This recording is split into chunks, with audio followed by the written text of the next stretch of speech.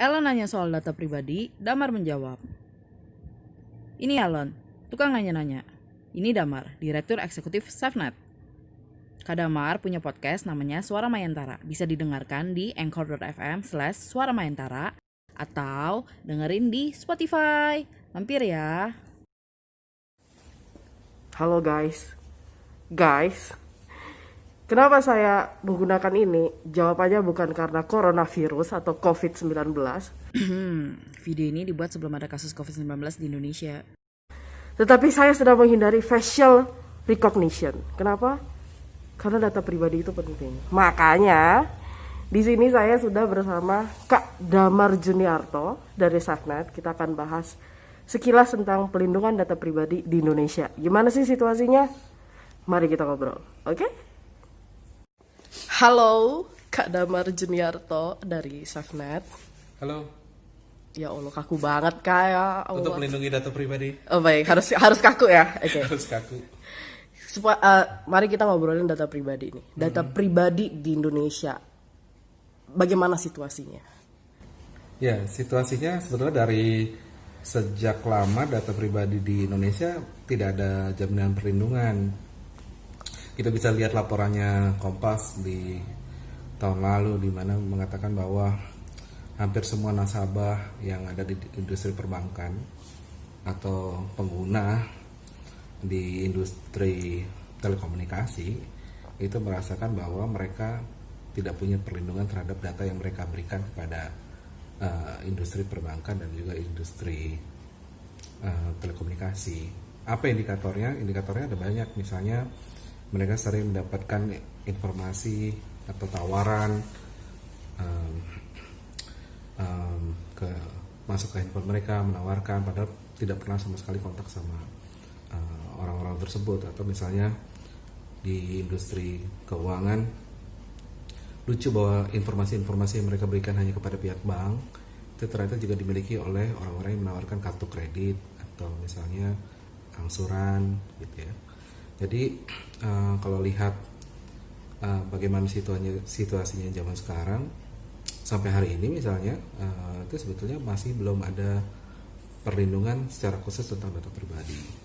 Dan ini agak mencemaskan karena kalau kita lihat zaman sekarang, hampir semua yang kita lakukan sehari-hari adalah proses pertukaran data pribadi. Dengan menggunakan, terutama dengan menggunakan peralatan komunikasi kita di handphone.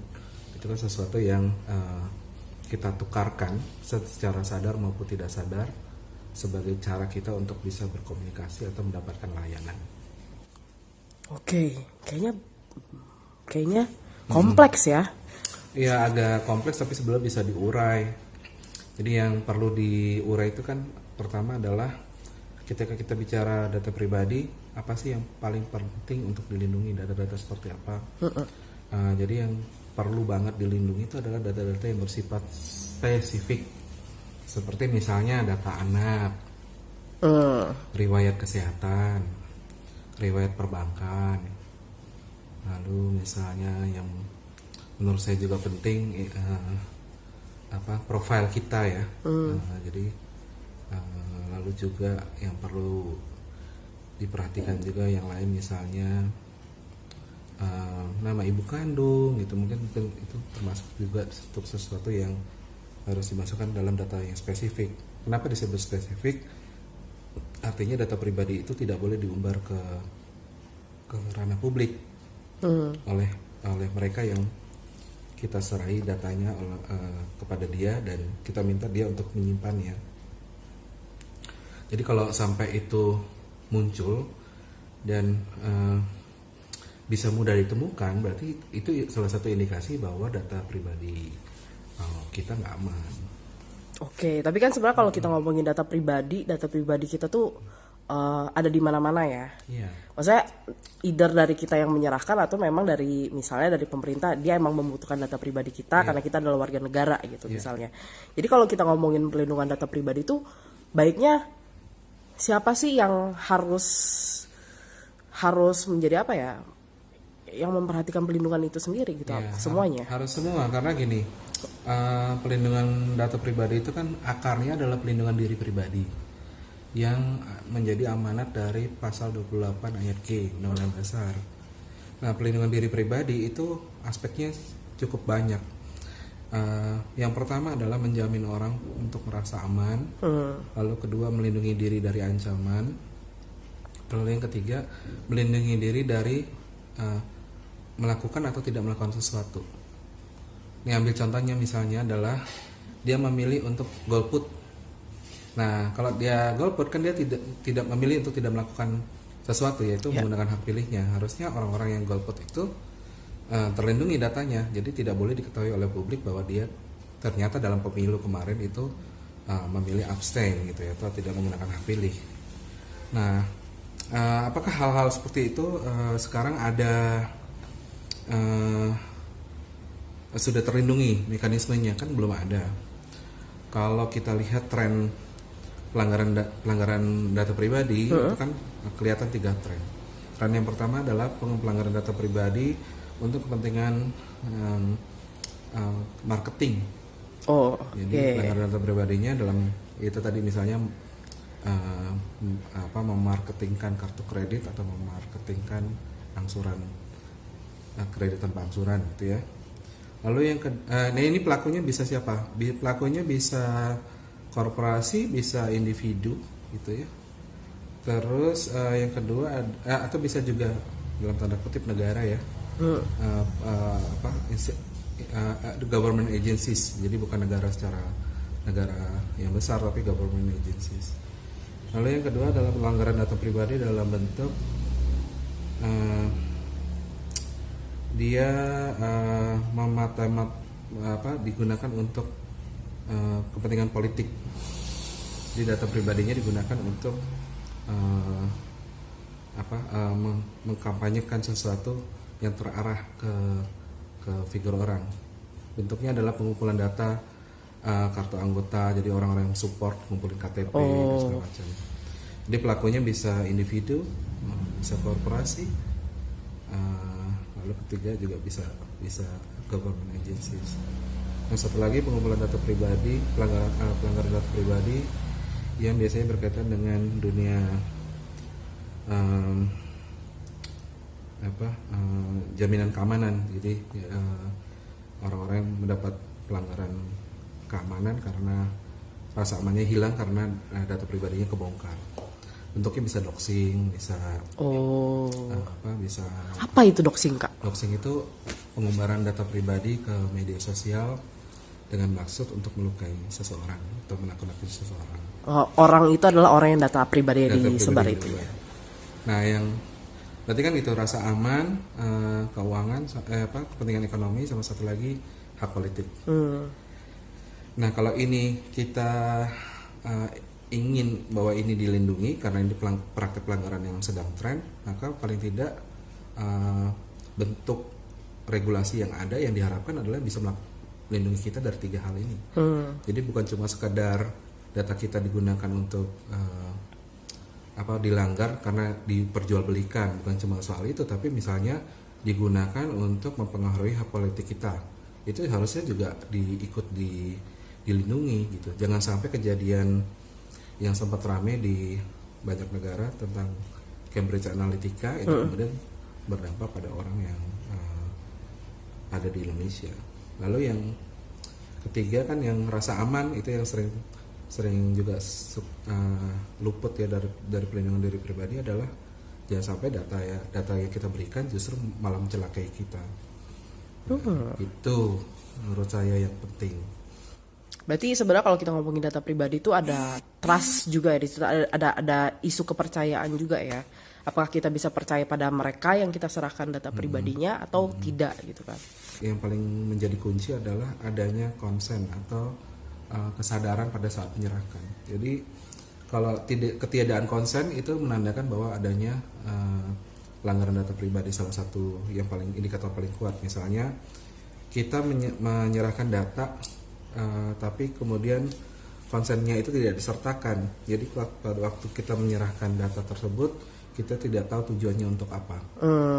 Nah, itu kan berarti tidak ada konsen yang disertakan bersamaan dengan permintaan data pribadi. Berarti maksudnya informed consent ya, Iya, harus persetujuan yang telah disadari, diketahui penuh oleh Betul. pihak-pihak Jadi terkait. kalau nggak ada itu salah satu indikator ada praktek pengumpulan data pribadi yang berpotensi untuk dilanggar. Menarik sih sebenarnya, karena kayaknya bukan Indonesia sih, secara keseluruhan warga negara Indonesia tuh belum terlalu bukan paham ya, belum terlalu familiar dengan konsep yang disebut consent atau informed consent ini. Nah, ini sebetulnya ada kaitan dengan absennya sudah terlalu lama. Jadi Undang-Undang Dasar kita tahun 45, tapi sampai sekarang kan kita tidak kunjung punya undang-undang yang melindungi hak privasi.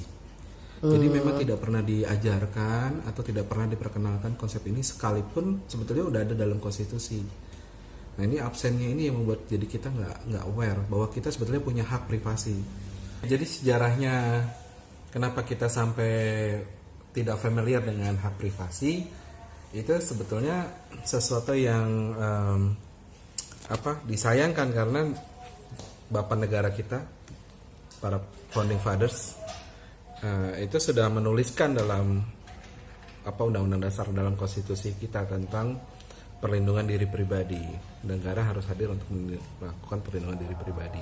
Itu kan hak dasar yang harus dipenuhi, tapi tidak pernah diperkenalkan, dan terutama tidak pernah disosialisasikan kepada warganya, sehingga warganya juga tidak terbiasa bahwa mereka punya hak yang harus dilindungi, yaitu hak privasi. Hak privasi itu apa sih? Kan sederhananya adalah hak untuk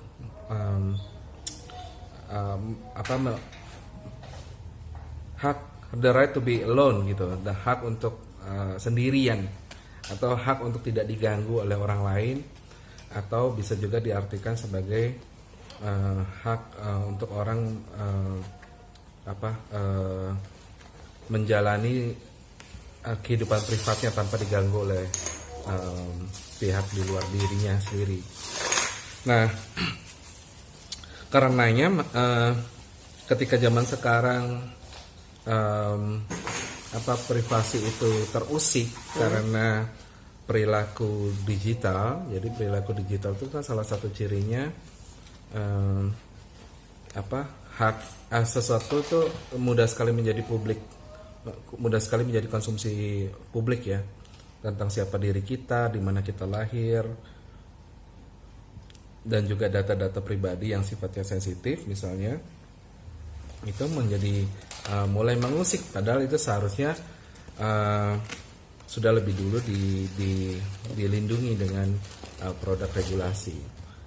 Karena orang mulai terusik, barulah orang kemudian bertanya-tanya, loh kok kita selama ini ternyata nggak pernah punya undang-undangnya, hanya itu dituliskan dalam konstitusi, tapi aturan bagaimana, aturan mainnya itu tidak punya hak undang-undang sendiri yang mengatur tentang hak privasi. Nah, barulah saya rasa sekarang zamannya orang udah mulai mendorong lahirnya undang-undang privasi. Wujudnya kalau yang dalam pembicaraan yang terkini itu adalah rancangan undang-undang perlindungan data pribadi. Kenapa saya katakan wujud? Dia sebetulnya bagian kecil dari privasi, ya kan? Privasi kan harusnya tadi ada agak kompleks ya, tapi ini wujudnya ternyata mengerucut lah dalam bentuk rancangan undang-undang perlindungan data pribadi. Kalau kita ini kan RUU PDP ya, singkatan cantiknya gitu ya. Udah sampai mana sih Kak tahapan pembicaraan tentang RUU PDP itu sendiri? Iya. RUU PDP katanya sudah mulai digadang-gadang tuh dari tahun 2011, 2012. Udah lama ya? Cukup lama. Tapi rancangannya sendiri baru disusun oleh pemerintah tahun lalu di 2019, dan baru pada 24 Januari 2020 kemarin diserahkan pemerintah ke legislatif, ke DPR. Dan kabar terbaru dari DPR adalah tanggal 25 Februari kemarin itu sudah ada rapat pertama membahas tentang RUU PDP. Jadi rapat ini merupakan pertemuan antara pihak dari pemerintah yang diwakili oleh Menkominfo dengan Komisi 1 di Undang-Undang di DPR RI. Oke. Ada nggak sih yang bisa kita perhatikan di di tahapan pengesahan RUU PDP ini? Oke. Ini rancangan undang-undang PDP itu menurut saya penting untuk diperhatikan karena ini pengakuan pertama kali negara atas hak privasi dengan rincian yang lebih lengkap ya. Jadi kalau di konstitusi hanya berupa rumusan yang umum, di dalam undang-undang RUU PDP ini lebih detail. Nah, tetapi kita karena ini masih dalam proses rancangan, maka kita perlu periksa satu persatu apa saja yang diatur di dalam RUU PDP. Nah, secara umum sebetulnya kalau boleh saya sedikit recapkan atau menjelaskan sedikit bahwa RUU PDP bukan undang-undang tentang privasi. Oke. Karena privasi itu besar, RUU PDP hanya kecil, ruang lingkup kecil dari privasi itu sendiri. Jadi karena itu maka dia harus punya keterbatasan. Jadi keterbatasannya adalah dia hanya mengatur tentang tata kelola atau prinsip perlindungan terhadap data pribadi.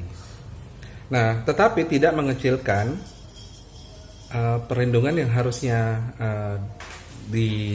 diamanatkan oleh negara, yaitu terhadap 3 hal tadi: hak atas rasa aman, hak bebas dari gangguan, dan juga hak untuk kemudian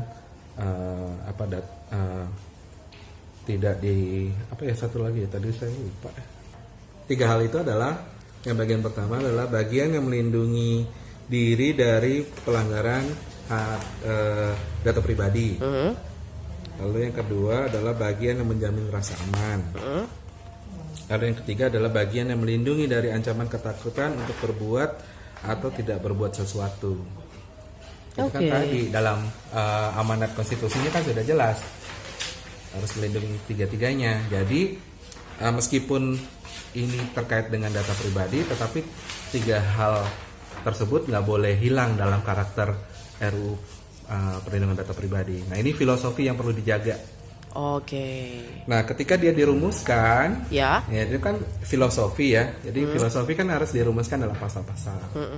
Nah, pasal-pasal yang kita inginkan adalah pasal-pasal yang berlaku sama, semua orang tuh harusnya mendapat perlakuan yang sama. Lalu kemudian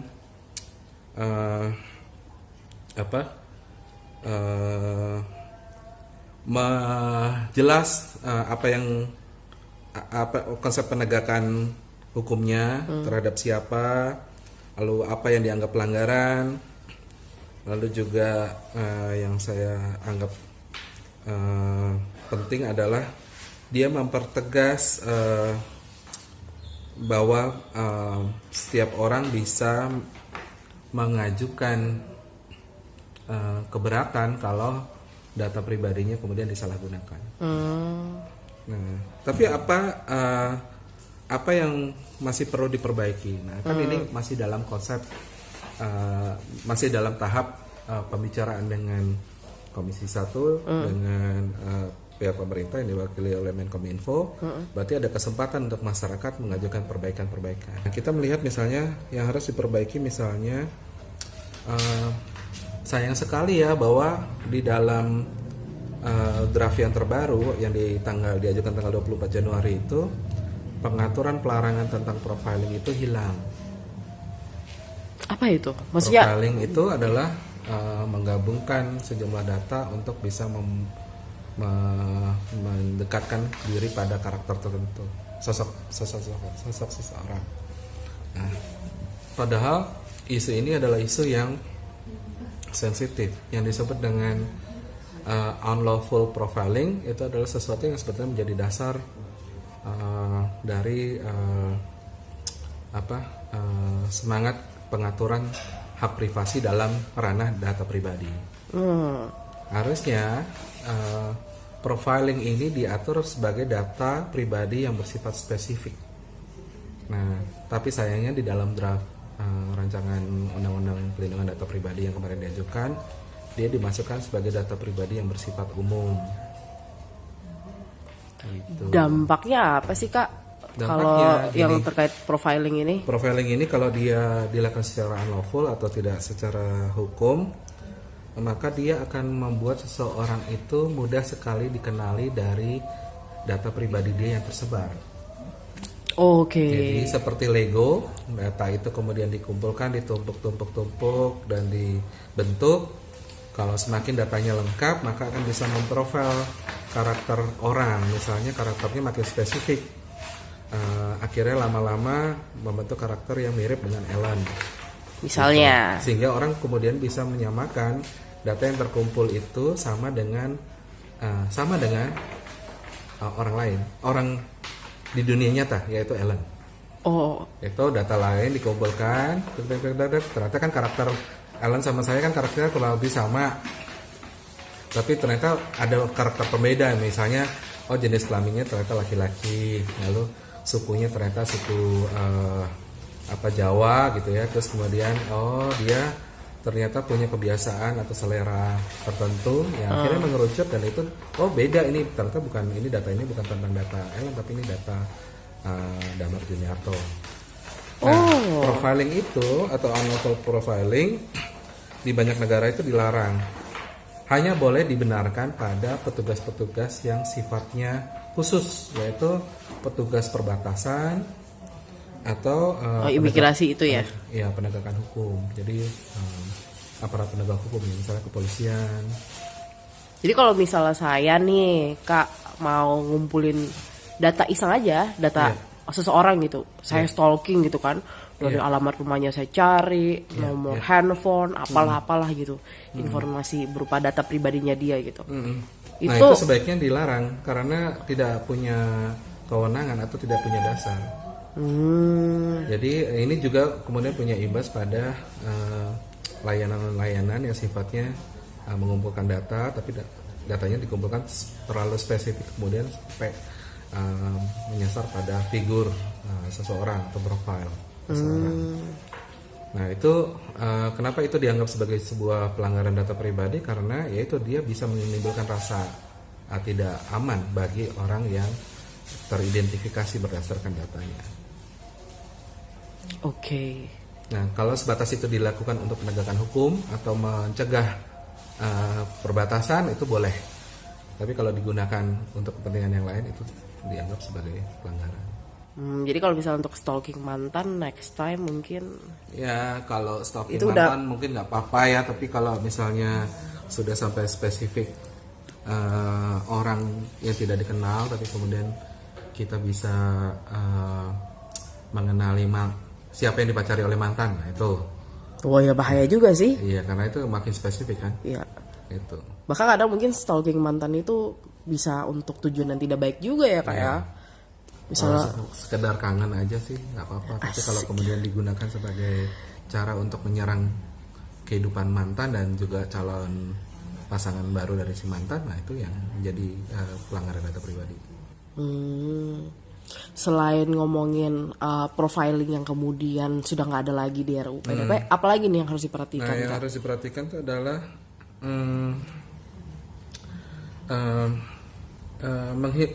ternyata rancangan undang-undang PDP ini menghilangkan sanksi bagi lembaga negara atau yang disebut dengan government agencies ya. Kalau dia melakukan pelanggaran data pribadi. Jadi padahal kan tadi prinsipnya harusnya semua sama di mata hukum, tapi ternyata ada penghilangan sanksi untuk mereka, untuk government agencies. Nah, ini jadinya orang yang hanya ada pihak yang bisa dikenai penegakan hukum dalam perlindungan data pribadi itu hanya orang per orang atau korporasi. Wait, bahayanya apa sih? Emang bisa pemerintah itu melanggar data pribadi warga negaranya sendiri? Iya, sebetulnya bukan melanggar, tapi bisa misalnya saja bahwa dalam penyimpanan dia tidak cukup aman, dan kalau karena penyimpanan tidak cukup aman itu kemudian dia disalahgunakan oleh orang lain. Kan sebetulnya ada pihak atau peran serta dari lembaga government agency yang melakukan pengumpulan karena dia tidak memikirkan tentang keamanannya. Nah, ini kan yang salah satu yang penting juga dalam perlindungan data pribadi. Yang diatur bukan cuma sekedar cara mengumpulkan, tapi juga penyimpanan dan juga pencegah pemanfaatan yang tidak sesuai dengan konsen. Berarti ibarat kata nih, kalau pemerintahnya menyimpan di tempat yang tidak aman, dengan RUU PDP yang sekarang, berarti pemerintah tidak akan kena pertanggungjawaban hukum. Tidak akan ada hal yang harus dipertanggungjawabkan kalau data pribadi warga itu kemudian tersebar luas hanya karena kelalaian dalam government agency dalam melindungi data pribadi. Dah, bahaya banget dong. Dalam banyak kejadian ini berbahaya sekali karena jadinya ada pihak yang istilahnya tidak bisa dikenai pertanggungjawaban ya. Harusnya kan semua sama. Gitu. Iya benar, bahaya sih Kak. Saya setuju. Nah, terus apalagi lah yang kita perlu perbaiki? Apa ya yang Kak? perlu lagi diperbaiki ternyata sanksinya ini lumayan kalau saya mengatakannya lumayan diskriminatif gitu ya. Misalnya begini, penetapan sanksinya itu berdasarkan apa? Kalau sanksi ketika seseorang dihukum maksimal 7 tahun dan denda 20 miliar, itu dasarnya apa? Apa dasar yang menjadikan seseorang itu kalau melakukan pelanggaran data pribadi itu dikenakan sanksinya sedemikian berat? Karena ini sanksinya berat. Nah, kalau ini dasar ini bisa diperjelas, itu akan lebih baik lagi. Tapi katakanlah kita pakai yang ada di dalam rancangan ya. Kalau itu dilakukan oleh pribadi kan tadi 7 tahun dan denda maksimal 20 miliar ya. Saya ngambil range yang paling tinggi. Nah, kalau ini dilakukan oleh korporasi, maka 3 kali lipat dari kalau itu dilakukan oleh pribadi. Berarti yang sampai 20 miliar denda itu untuk pribadi doang. Untuk pribadi. Berarti yang 7 tahun harus dikali 3, 21 tahun. Yang 20 miliar harus dikali 3, berarti 60 miliar. Nah, saya menyoroti yang 21 tahun dulu. 21 tahun atau 20 tahun itu kan sebetulnya sama dengan hukuman seumur hidup. Iya. Gitu. Jadi itu mungkin itu harus dipertimbangkan apakah perlu orang pelaku korporasi, jadi bukan perusahaannya tapi orang yang bekerja di korporasi itu mendapat hukuman seumur hidup untuk sesuatu pelanggaran data pribadi yang dia lakukan. Itu kan pertanyaan ya. Pertanyaan itu harus dijawab dengan apa dasarnya dia harus menjalani ini sampai seumur hidup. Lalu yang kedua, apakah nilai 60 miliar itu adalah nilai yang cukup fair kalau itu dilakukan oleh korporasi? Kalau 20 miliar pada orang per orang mungkin akan menimbulkan efek jerah. Tapi 60 miliar untuk perusahaan tech company yang besar yang beroperasi di skala regional atau internasional itu adalah angka yang terlalu kecil. Tapi itu juga jadi angka yang terlalu besar untuk UMKM misalnya. Jadi ini masih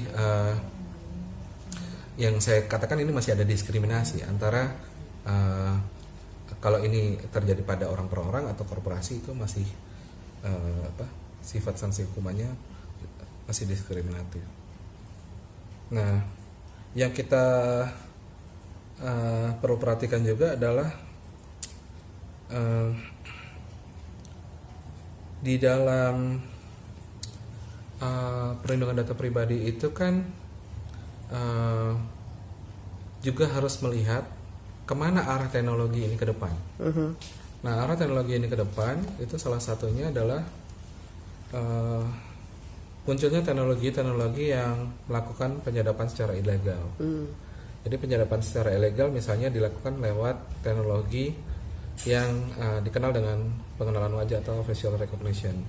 Yang tadi saya khawatir itu gimana? Facial recognition itu begini. Facial recognition itu adalah sebuah tindakan proaktif untuk mengidentifikasi seseorang atau sesuatu melalui wajahnya.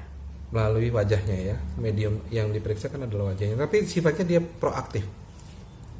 Jadi sebelum diminta dia sudah mengenali lebih dulu. Nah, ini berbeda dengan teknologi pengenalan wajah yang dilakukan setelah terjadi tindak kejahatan. Oh, oke, ya ya. Jadi kita harus membedakan mana yang diperbolehkan. Yang diperbolehkan adalah kalau ada kejahatan, kemudian kita ingin mengenali pelakunya, maka kita melakukan pengenalan wajah pelaku kejahatan. Dan itu kemudian di orang yang dikenali itu kemudian ditangkap. Tapi kalau dia dilakukan proaktif sebelumnya, maka itu sama dengan surveillance atau illegal pengawasan atau illegal surveillance. Nah, karena kalau itu dilakukan sebelumnya, itu kan sebetulnya tidak ada konsen. Katakanlah misalnya kalau itu dilakukan di tempat-tempat publik, misalnya bandara. Oh, oke. Di bandara orang dipasangkan facial recognition. Maksud dan tujuan bisa jadi tertulis baik. Misalnya maksudnya adalah untuk bisa mengarahkan penumpang ke arah pesawat yang harusnya dia tuju, ke gate yang seharusnya dia tuju. Tapi kita tahu bahwa facial recognition bukan hanya mengenali tentang tujuan pesawat yang akan dia naiki atau gerbang mana yang harus dia tuju, tetapi juga mengenali lebih dulu wajah, nama, dan data-data pribadi lainnya. Baru kemudian dia mengarahkan. Dan tindakan proaktif itu yang dilakukan itu kalau tanpa konsen sebetulnya adalah sebuah tindakan yang dikategorikan sebagai penyadapan ilegal. Jadi ibarat kata kalau ngomongin facial recognition itu mau saya berbuat jahat atau enggak, muka saya sudah diidentifikasi berikut data-data pribadi yang sudah misalnya menempel pada wajah saya gitu. Betul, karena yang data pribadi yang paling spesifik di situ adalah wajah. Wah, kalau mukanya mirip-mirip gitu nggak bisa, susah karena kan tuh. dalam teknologi pengenalan wajah kan mengenal prinsip biometrik wajah. Biometrik wajah tiap orang berbeda-beda. Meskipun sekalipun kita anggap dia kembar gitu ya, tapi biometrik wajahnya pasti berbeda. Biometrik wajah misalnya jarak antara mata satu dengan titik sentralnya, lalu ada titik-titik yang ini tiap orang berbeda-beda. Sekalipun dia misalnya kembar identik. Apa sih Kak yang berbahaya dari pengawasan massal? Ya, pengawasan massal kalau dianggap sebagai sebuah tindakan yang mengintrusi terlalu jauh ke kehidupan pribadi seseorang. Nah, ketika terjadi pengawasan massal maka tidak ada ranah privat. Karena semua dianggap sebagai sebuah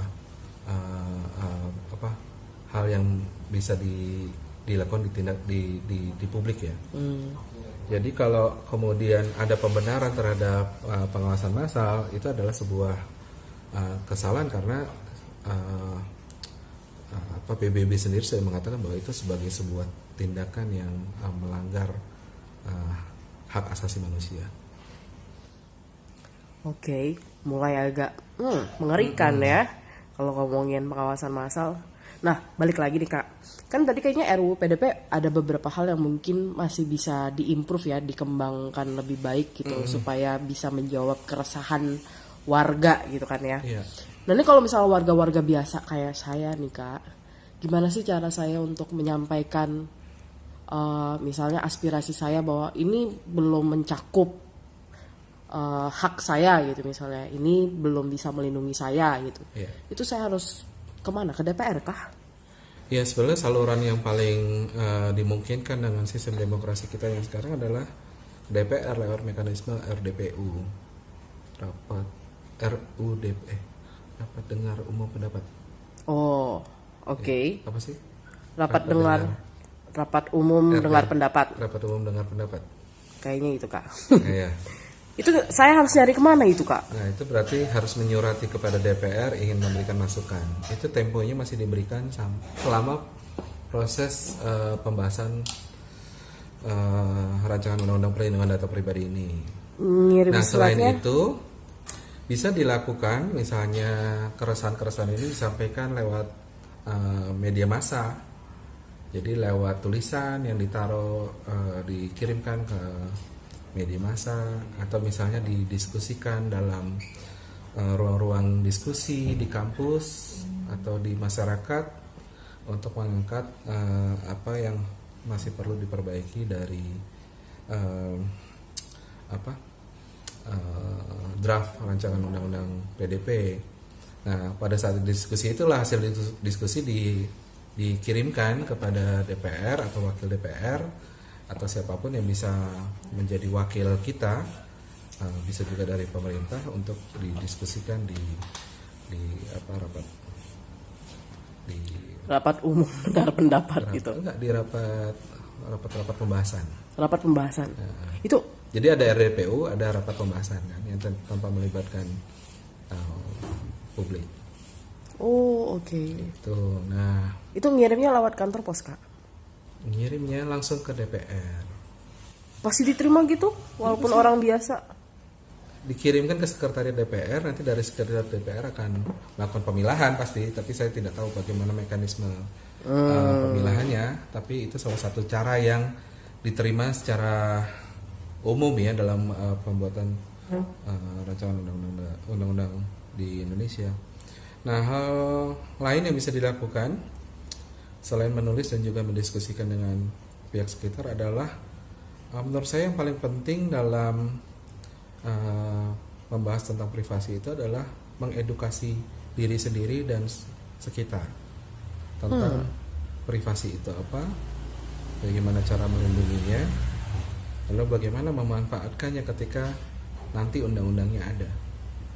Nah, selagi tidak ada upaya untuk mengedukasi, maka ini akan menjadi macan kertas, hanya galak di undang-undangnya, tapi dalam pelaksanaannya orang tidak tahu bagaimana cara mengetahui bahwa dia punya hak. Kalau dia misalnya kedapatan nomornya dia disalahgunakan oleh orang lain atau data pribadi dia disalahgunakan oleh orang lain untuk mendaftarkan pinjaman online, lalu dia masih bertanya, saya harus ngapain? Nah, itu berarti masih ada PR dalam edukasinya.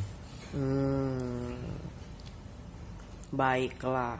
Kira-kira nih Kak, pesan apa sih buat warganet yang mungkin masih bingung-bingung nih, apa sih privasi, apa sih data pribadi gitu?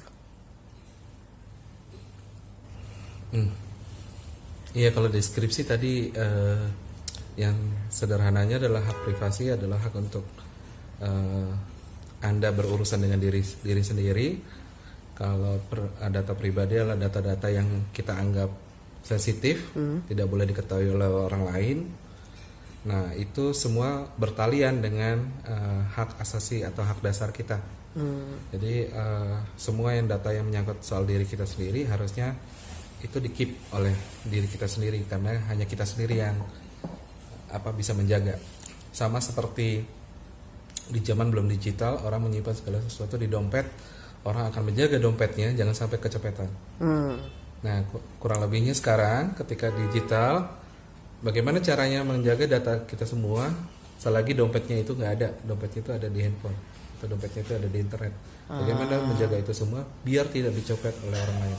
Dan kalau kecopetan berarti harus tahu harus mengadu kemana dan melakukan tuntutan siapa yang dituntut gitu ya.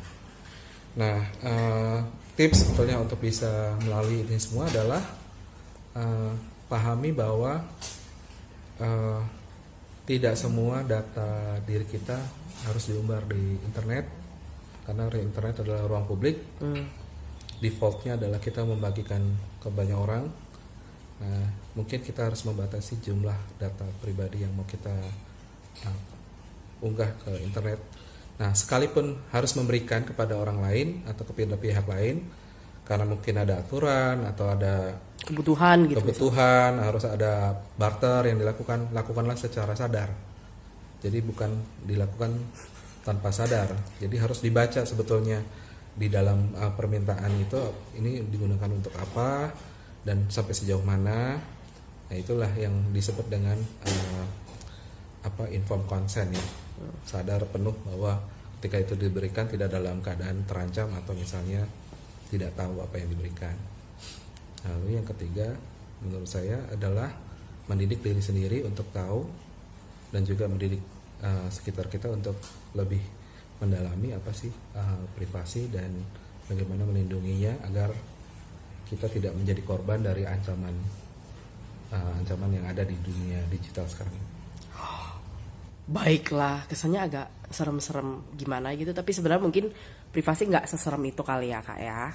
Sebenarnya lebih ke jaga diri baik-baik, enggak ya? Iya. Singkatnya gitu. Singkatnya gitu, jangan itu. Baiklah, terima kasih Kak Damar sudah berbagi dengan kita, Iya, sama-sama. para masyarakat awam. Dadah dong Kak. Dadah, terima kasih.